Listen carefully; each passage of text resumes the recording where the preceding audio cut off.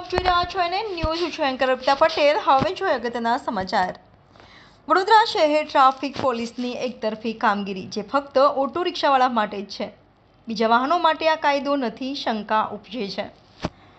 NN news Vadodara. દર્શક મિત્રો, તમારી આસપાસ બની રહેલી અવનવી ઘટનાઓ વિશે જાણવા માટે એનએન ન્યૂઝને લાઇક કરો, શેર કરો, સબસ્ક્રાઇબ કરો અને બેલ આઇકન પ્રેસ કરો, જેથી આપને નોટિફિકેશન્સ મળતી રહે। શું તકલીફ છે? રિક્ષાવાળાઓના ટ્રાફિકવાળા હેરાન કરી રહ્યા છે, તેમાં શું કહેવા માંગશો તમે? હવે ટ્રાફિકવાળાનું એવું છે, આ વડોદરા શહેર ટ્રાફિક પોલીસની કામગીરી શંકાસ્પદ છે। આજે વાહન ચાલકોને દરેકને ભારતીય દંડ સંહિતાનો કાયદો લાગે જ છે, એમાં ટ્રાફિક નિયમન માટે પણ કાયદો છે અને એ કાયદો ફક્ત ઓટો રિક્ષાવાળાઓ માટે હોય એ રીતના આ ટ્રાફિક પોલીસવાળાઓ વર્તાવ અને વર્તન કરી રહ્યા છે। અને રિક્ષાવાળાને આગળની સીટ ઉપર જો કોઈ પેસેન્જર બેસાડ્યો હોય કે ક્ષમતા કરતાં વધુ એકાદ પેસેન્જર બેસાડેલો હોય તો તેની ગાડી ડિટેન કરે અને ભારે દંડ કરાવે છે, જ્યારે બીજા વાહન ચાલકો પર આ રીતના ટ્રાફિક ભંગના ગુનાઓ કરતા હોય છે। દાખલા તરીકે એક ટ્રાફિક સિગ્નલ ઉપર લાલ લાઇટ હોય છે અને ગ્રીન લાઇટવાળા જતા હોય છે, ત્યારે લાલ લાઇટવાળા પણ ટ્રાફિક નિયમ ભંગ કરીને એમાંથી નીકળી જાય। બધી ટ્રાફિક પોલીસની નજરની સામે જ 3 સવારી બાઇક સવારો નીકળે છે, તેમજ ટ્રાફિક ભંગ કરીને નીકળે છે, તેમજ ચાલુ વાહન ઉપર મોબાઈલથી વાતો કરતાં નીકળે છે।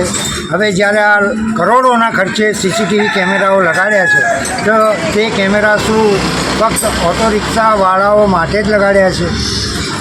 એ માટે આ બીજા વાહન ચાલકો માટે એ નિયમો લાગુ પડતા ને એ પછી ડિસ્ટર્બ આ જે છે ટ્રાફિકવાળાઓ નેમ પ્લેટ નહીં લગાવતા। હવે એ બધા તો એમના કમિશનરેટ સુધીની વાત છે કે નેમ પ્લેટ લગાડે કે ના લગાડે, એના વિશે નહીં। આ મુદ્દો સમગ્ર ટ્રાફિક પોલીસને લાગુ પડે છે, એમાં કોઈ એકાદ પોલીસ કોન્સ્ટેબલ કે પીએસઆઈ કે પીઆઈની વાત નથી।